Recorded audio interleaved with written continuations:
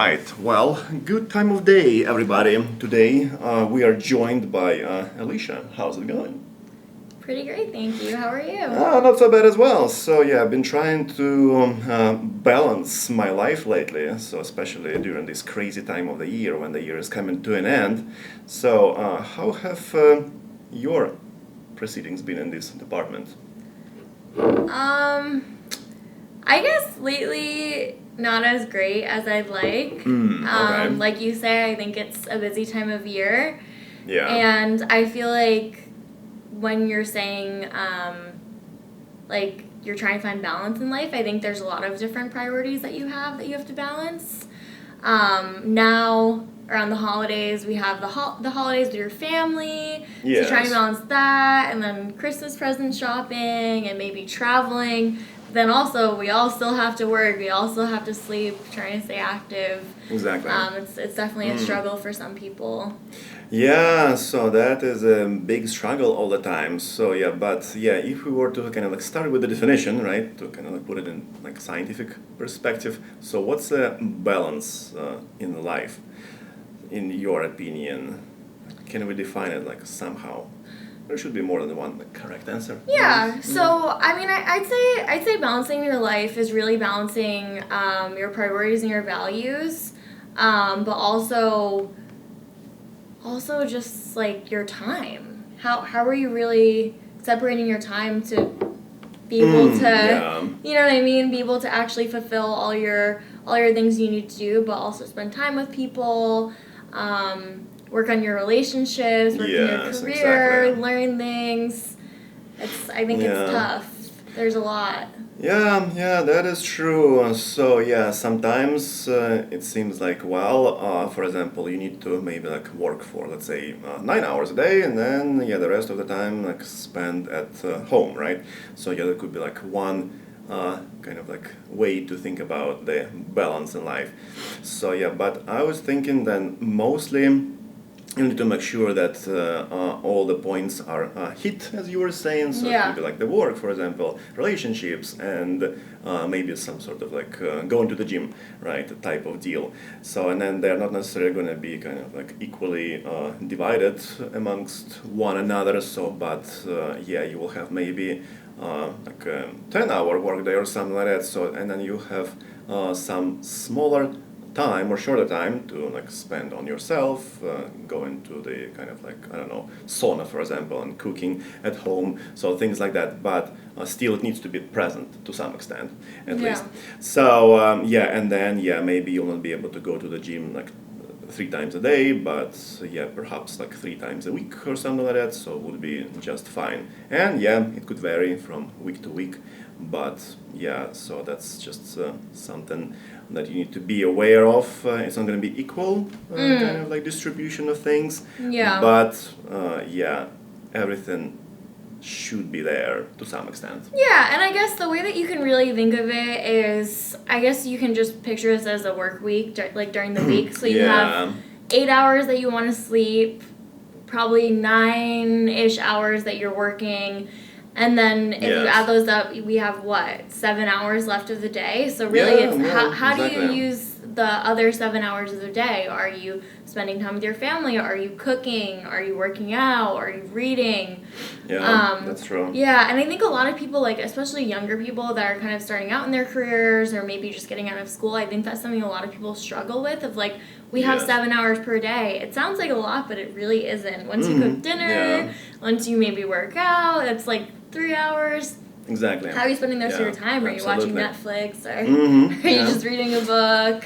Yeah, that's a great point. Yeah, if you think about it, so if you like start thinking in terms of the hours per day, yeah, so there is like 24 hours, and then yeah, some of that will be work, but then what happens to the rest? And I think in this case, yeah, it's important to kind of like perform a little bit of the self audit of yourself. Yeah. Just see, okay, what should I do, right? So with this kind of like leftover time, and then I think an important thing that I learned from a friend of mine. So yeah, basically he was saying, well, it's important to prioritize things. Yeah. So yeah, that's kind of like a very fundamental thing. It's totally doable, but sometimes we just forget about that, and then I try to maybe do, oh yeah, I need to do like a million things in those 7 hours. So yeah, but at times I'll just need to say no to something.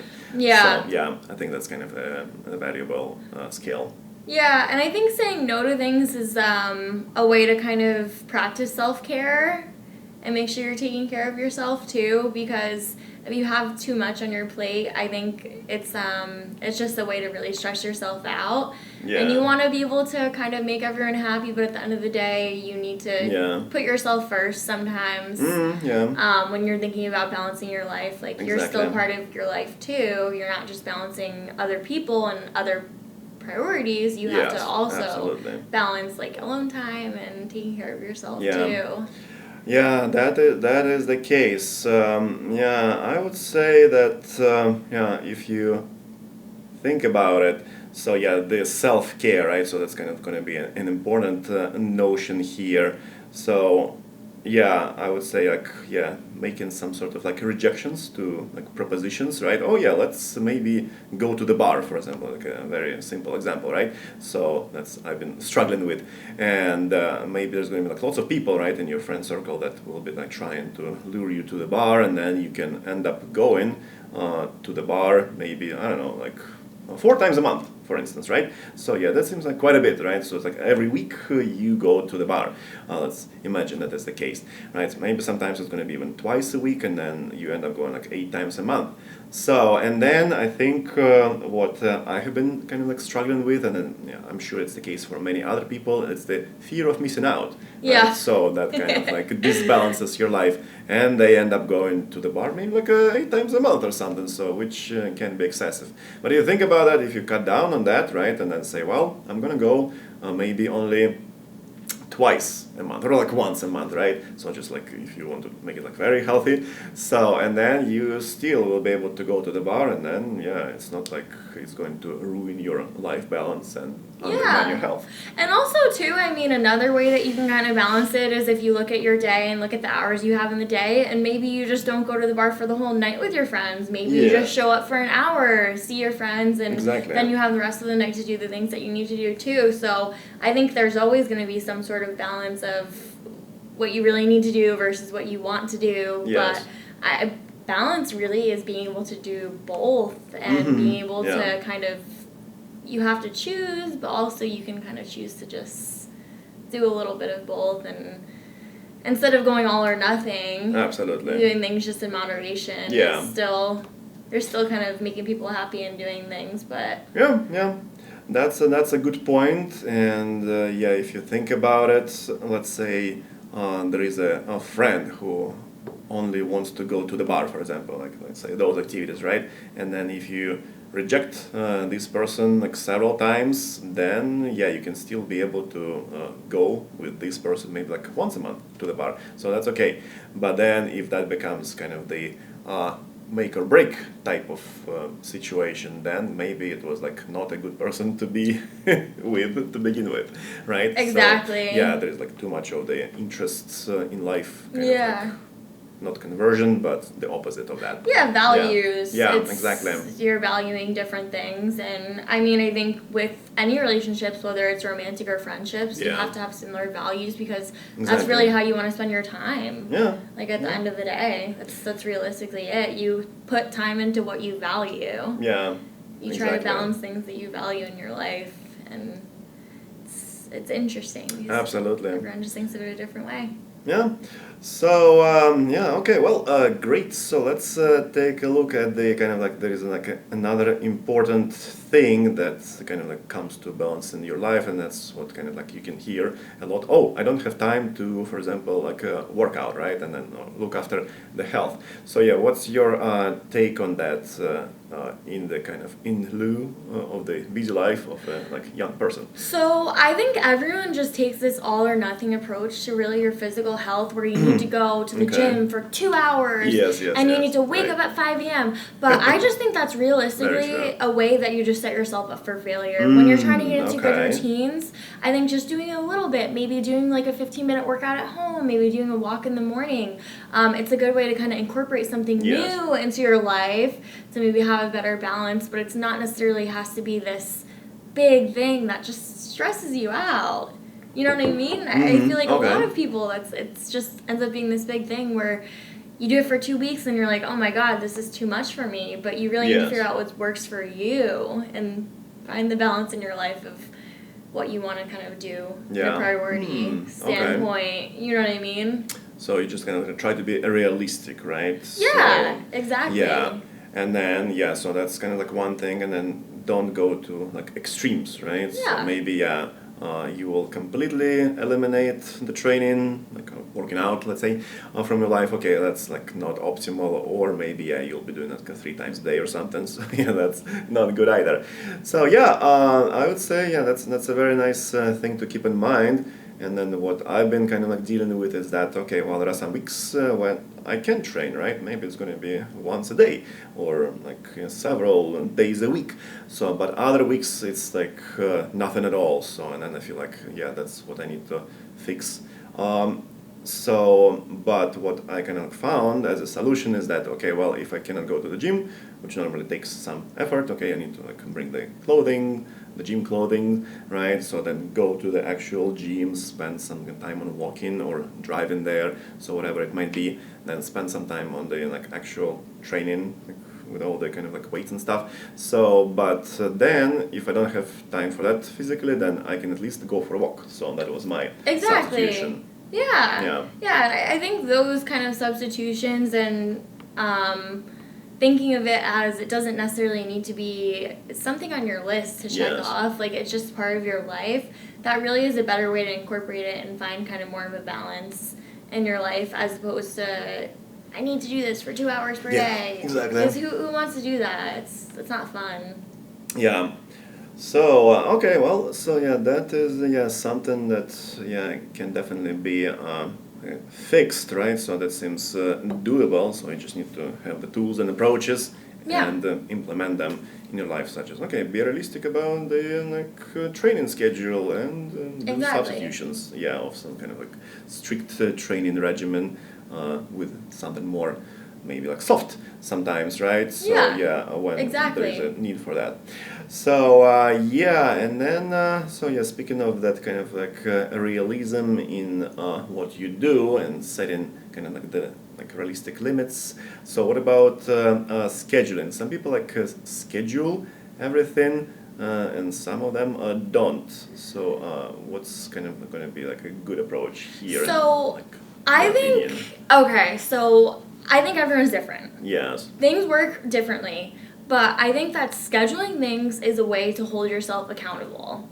So for me, I like doing workout classes and I like doing yoga classes because I'm on the schedule, it's in my calendar, it helps keep me accountable. Exactly. So I think like when you're trying to kind of find maybe a balance and get a new routine, it's really helpful to kind of schedule everything or just schedule what you're doing into your day because it's just a way to hold yourself more accountable. As opposed to thinking, okay, I want to go to the gym tomorrow, but it's like, okay, I have a class that I'm taking, it's going in my calendar. It's a little bit more just a way to kind of check in on yourself. That's great. So when I've been trying to schedule things, so I found it useful. But sometimes I found myself also kind of in this kind of like realm of overscheduling. So for example, I could say, well, this hour, let's say I'm doing some sort of presentation, right? So during like those hours, I'm doing like the focused work, right? But then at some point I started like putting, for example, they go into the cinema into the schedule and doing groceries into the schedule. So that was too much. And I think, that kind of like goes back to this setting the realistic training schedule, right, for yourself, and then you can like set the realistic schedule, right, for yourself as well, and kind of like don't do too much, but you can put like really important things on the calendar, and then so you'll be like kept accountable. So I also think that it's good sometimes to kind of look at your day as a full day. Yes. Because people don't realize that we do have a decent amount of time in the day. So just looking at it like holistically as like having, I mean, it's not like you want to schedule every day of your life, but even when you're working sometimes, it's good to kind of schedule things so you have so many meetings, but in between them working on A, B, C projects. I mean, for me, like in the real world and in the working world, I think doing something like that is actually very helpful because you are focused on what you're doing as opposed to people are making meetings with you because they see that your calendar's open when you're really not free. Yes. Too. So that for working, that's helped me. I don't think in real life, I'm not scheduling like when I'm reading before bed or anything like that. Yeah. But I think certain scenarios it actually is really helpful to kind of be like more detailed. Okay. Yeah, that is true. And then also actually you can think about kind of those transition times between, let's say, the meetings at work as something that you can like think as useful periods of time. For example, you can take a break right between meetings and then maybe like not just like scroll on the phone endlessly, but instead you can do some sort of like maybe just a quick walk, right? Or just stretch, maybe meditate for like 5 minutes. So there are many approaches. So and actually, speaking of this kind of like training and health stuff. So, how is your yoga practice going? So, it hasn't been going well because I hurt my foot. Okay. But before I hurt my foot, it's doing really well. I mean, in general, I love practicing yoga. So even when I'm traveling, I have just a workout app where I do yoga classes and things like that too. So it's something that I've kind of built into my routine. So being off of it right now, it's not great, but it's okay. Yeah, that kind of sucks. Yeah, but it can happen to anyone. Yeah. Honestly, but in general, so like yoga, so in your opinion, that's actually kind of like a question that I have been having, right? So is it more like an exercise or physical training or more like a spiritual approach and stretching? So, in what realm does that belong? So I would say mental and physical. Yes. I think that it depends on, I guess, which type of class that you're going to, because some of the classes are very active. Yeah. I would say they're definitely more just for physical health. But I think when you're going to the slower classes where you're having more time to really reflect, more time to just kind of be in the space. It's a lot more of kind of like a mental way to really just be more present. Oh, okay. Where I feel like we're always thinking about the future. We're always thinking about what we need to do, and I like practicing yoga where I can just be in the space and just kind of exist. It's like meditation. You know what I mean? It's pretty similar.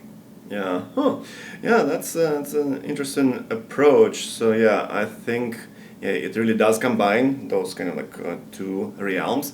So you have some kind of like physical component in the yoga, right? So in which you kind of like assume some sort of like poses, right? So that's like one way to think about it. So, but at the same time, so what I've been doing was the like hot yoga kind. Love it. So that's pretty great, I would say, and I have been doing this like maybe like once a week, but like not always. Kind of, it's like once a week. It's very strict, right? So sometimes it's different. But it did help in terms of kind of the like general stretching, flexibility, mobility, and flexibility in the body, and I feel like that's like something that keeps you present in the present moment. And ultimately. You're becoming kind of less distracted by maybe like rushing to the next checkpoint in life, right, or in your like daily schedule, and then you become more present, and then you focus on what's in front of you, and then that's kind of like a way to achieve balance in life. Definitely. Just reflecting on things. Yeah, it's actually funny. I started yoga more for physical benefits. Yes. Because I know it's just so good to sweat. Like with hot yoga, it's so good to sweat and everything. But then I realize it's more mentally beneficial for me personally, and I feel like a lot of people feel the same way, where you're kind of in a space where everyone has a similar mindset and the instructors are really good too.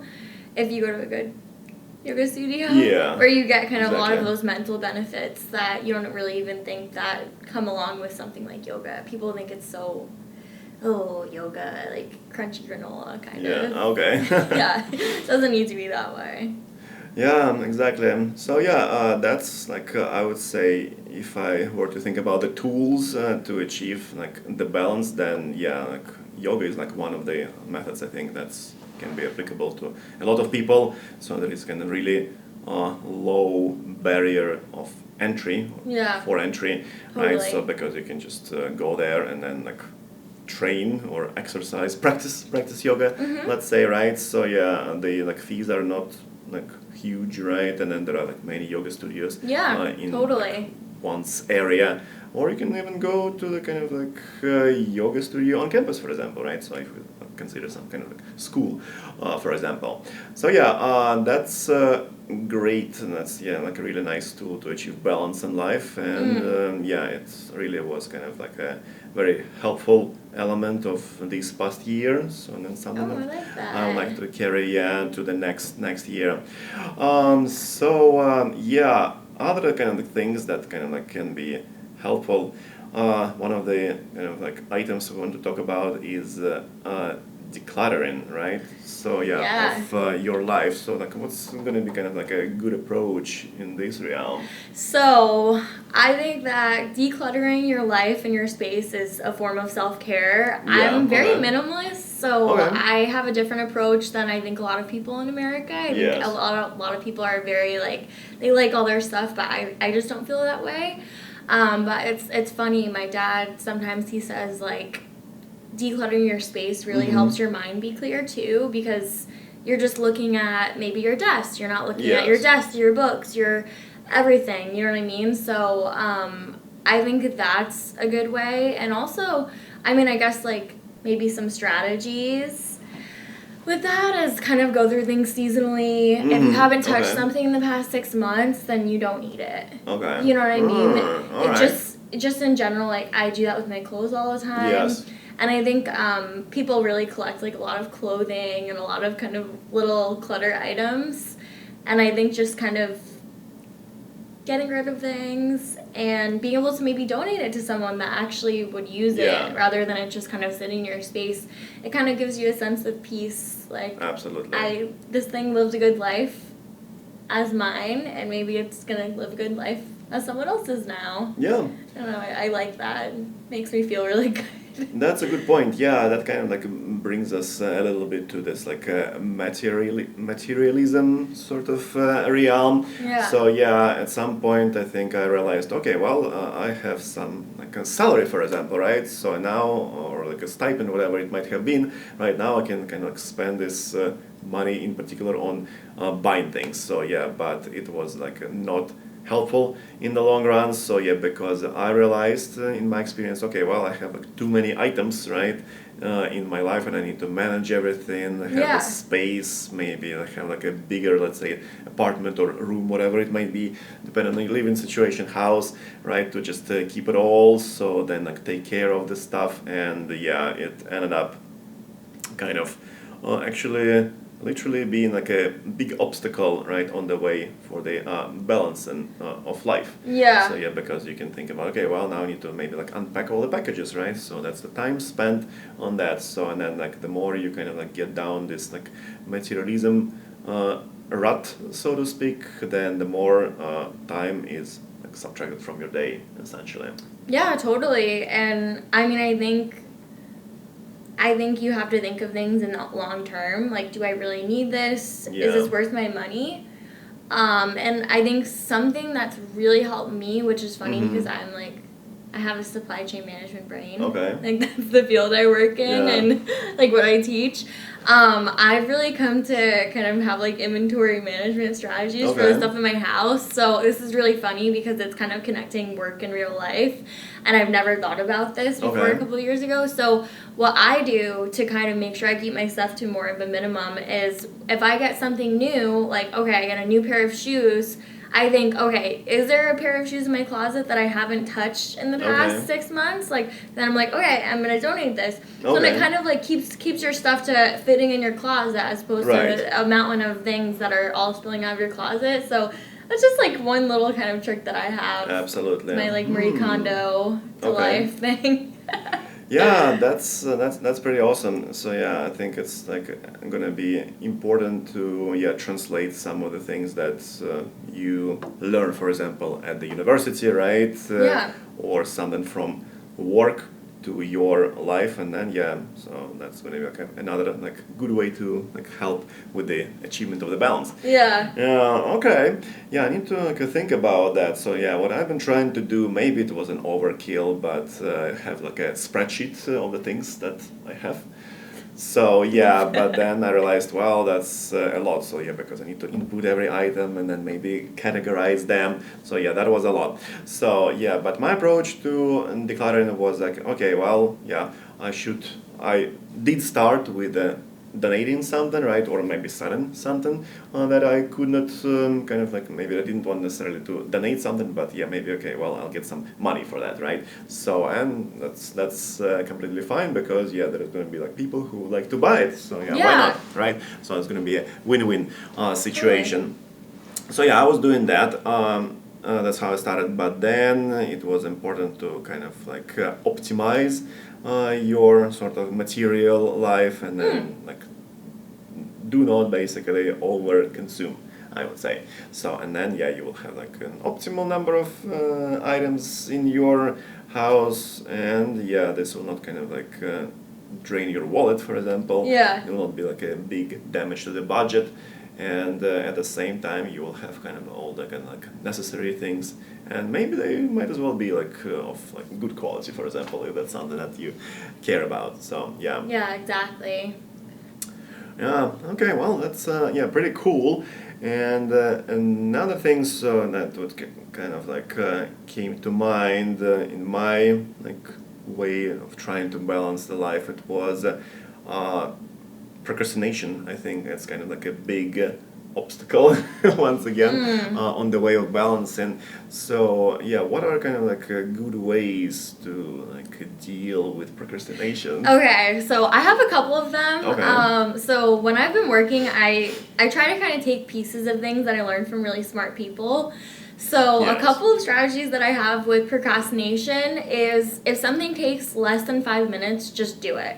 Just get it out of the Okay, way because yes. there's so many bigger tasks that we have to focus on. Like if you maybe don't want to do your dishes, just do it, finish it, and then it's a way to kind of declutter your mind as like Yes. now it's one less thing off the list of just stupid small things. So that's that. I feel like those tasks are what we procrastinate sometimes too. Yeah, or like yeah, calling your exactly. car insurance, like get a new policy or something. It's like okay, it'll take 5 Yeah. minutes, just do it. Okay. So that's something that I took Nice. away from. I had a really, really, really awesome boss. One of my first jobs, like out of undergrad, and that was a really cool skill.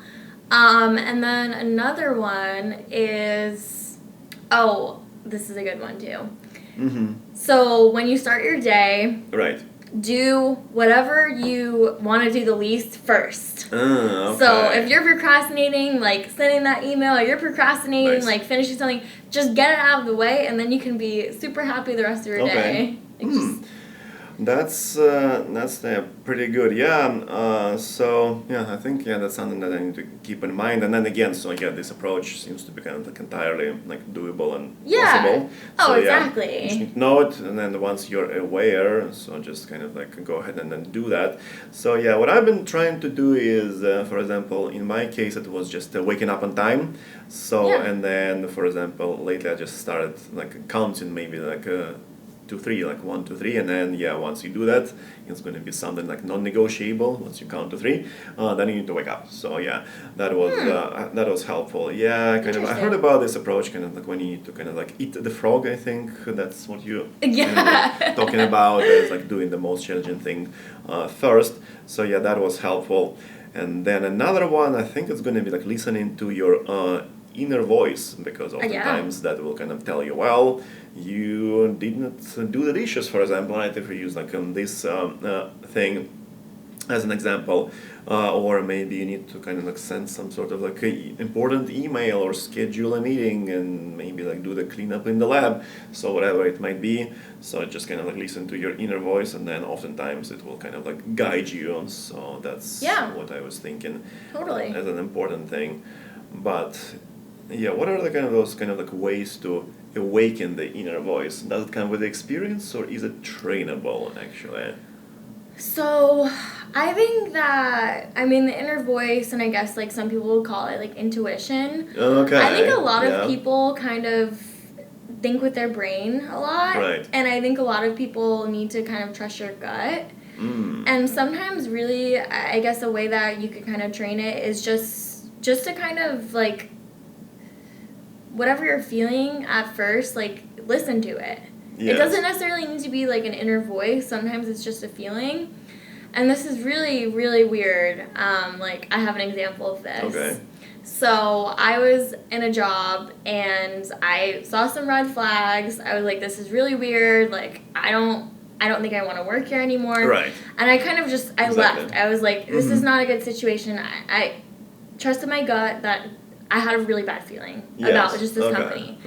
A week later, they laid off almost half of the company after I quit. So, like, something like that, like, you just have to trust your gut. Like, if something doesn't feel right, like, there's a reason why we feel that way. Like, as we're kind of, like, if you believe in evolution or something, maybe some people don't, which I understand, whatever. Like, think about us, like, when we couldn't even talk, when we were, I guess, cavemen. You have to really trust your gut, like, to live your life, to hunt, to eat, and to find a place to sleep. Like, a lot of people ignore that, but we're still, at the end of the day, like, that's still how our brain works of, like, you have to trust your intuition and trust, like, how you feel certain things if it doesn't feel right.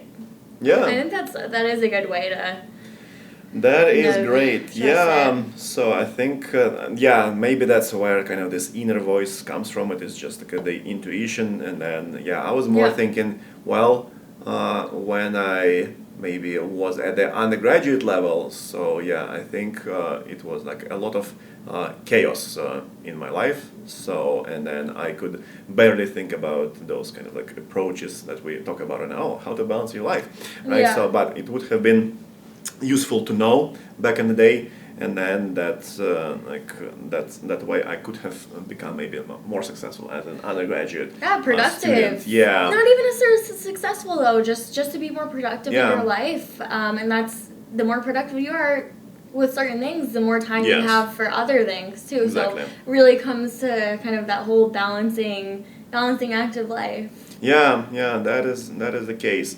And then that's a good point. That so about kind of like thinking in general, right? So maybe when I was an undergraduate student, I did not think that much about kind of like the big picture of life. It was like mostly studies, right? And then that's it, right? And then maybe I was derailing myself in other realms of life, such as maybe training or developing like relationships with like friends and family members as well. So because there was some kind of degree of separation, right, between in the family. So in that case, maybe you just need to kind of like look inwards a little bit, and then find this intuition. So because I was thinking about this inner voice as something that comes with the experience, and now after like having graduated from the kind of like university and then the graduate school, now I have lots of experience, and then the inner voice is generated. Totally. But at the same time, intuition, that's something to keep in mind. So I should be kind of thinking about this a little bit more, maybe incorporate into the life. It's not something that we really think about. It's just, it is what it is. It just is there. Yeah, exactly. So yeah, that comes as a preset. And then yeah, since we have been talking about kind of this kind of like the studies, right, at the university level, maybe like what would be your, let's take a look. Yeah, we're doing quite well on time. So the top tips maybe to become better as an undergraduate student, if you reflect back to your undergraduate career. Okay. So since we're on campus, so anyways, Yeah. the inner voice tells you to I talk about it. I would say use the university resources to your advantage. Yes. If you're having trouble in a class, like go to the tutoring. It's free. It's what you're paying for. Yeah. Go to the gym. Right. You know what I mean? It's free. It's what you're paying for. Like use all the resources to your advantage here, because it's being an undergrad or even just being a graduate student living on campus, like it's such a great community. Yes. So like use everything to your advantage. Exactly. And I guess kind of to build off of that, like develop your network and stay in touch with people that's a too, good point. because like I graduated undergrad over 5 years ago now. I've stayed in touch with people that have helped me get jobs, that have like helped me kind of connect with other people for certain things too. So I mean, it's such a great network at a university, and some people just come here and they go to school and go home, but really joining clubs, using your network to your advantage, it's useful down the road. And I think people that are maybe students, you don't think about that because you're just here, you're studying, you're partying, you're having fun. But at the end of the day, you come here because it's a great way to meet people, especially at a university where I study business here, so it's great in the business world, but in general, any world, like, use your network to your advantage. Exactly. Yeah, these are great points. And then I was thinking more about, sometimes like people struggle with like particular coursework. That's what I was doing, right? Sometimes, I was struggling a lot, and then that's why I ended up maybe like having like 9, like in terms of the American terms, it was like 9 C grades in my transcript. So that was quite a bit, and then that did kind of like tank my GPA, but it was still enough to kind of get into graduate school, right? So and then I wish I had those kind of like tips about like network development and stuff back in the day. So I feel like if you have the information, then you are kind of, as some people say, you're half saved. So if you like know about some sort of storm is coming, right? For example, then you can kind of prepare and then like take action and save life potentially, and property or whatever it is, right? If we consider this like storm example or tornado, whatever it may be, maybe some sort of like disaster in general, right? So then same with the kind of like undergraduate level education. In my case, I think, as I was saying, that was a lot of chaos, but mostly because I like did not have those tools or like advice. How should I become more successful? So but now it's widely available, it's findable. So then that's what we're trying to provide in this very episode as well, in particular. And I would also say, so from my perspective, just to kind of like find the meaning in the boring coursework, for example. Sometimes not everything will be fun and jolly, but you need to say, well, so maybe this is going to be like a good, like this particular course, whatever it might be, right? It will be a good exercise for your brain, for instance. So I just get it done. Yes, it's boring, but maybe it will not become boring anymore, like once you decide to kind of like actively engage into that. Yeah, and I think in general, whatever career path you go down, if you're going down like any sort of corporate career path, having an understanding of what other people do just from the basic perspectives. Like for me, I did supply chain, but I had to take finance courses, I had to take accounting courses, I had to take marketing. Having just a little bit of an understanding of what other people do that you're working with, I mean, even for a scientific career path, it's helpful just to kind of have that foundation. You don't really need to know, but to have an appreciation of what other people kind of focus their life's work on. It's really interesting. Absolutely. So this will kind of like broaden your scope of knowledge, I think. Exactly. That's a good point. Even if, this particular course is not going to be kind of like directly useful to you upon graduation and then getting into, let's say, some sort of like career that you're trying to develop after your like undergraduate career. I think good stuff. Awesome. Cool. All right. Well, at this point, I think, yeah, so we have had enough information to hack your life in a productive way and achieve the balance in life that many people are seeking. So, yeah, hopefully this was helpful.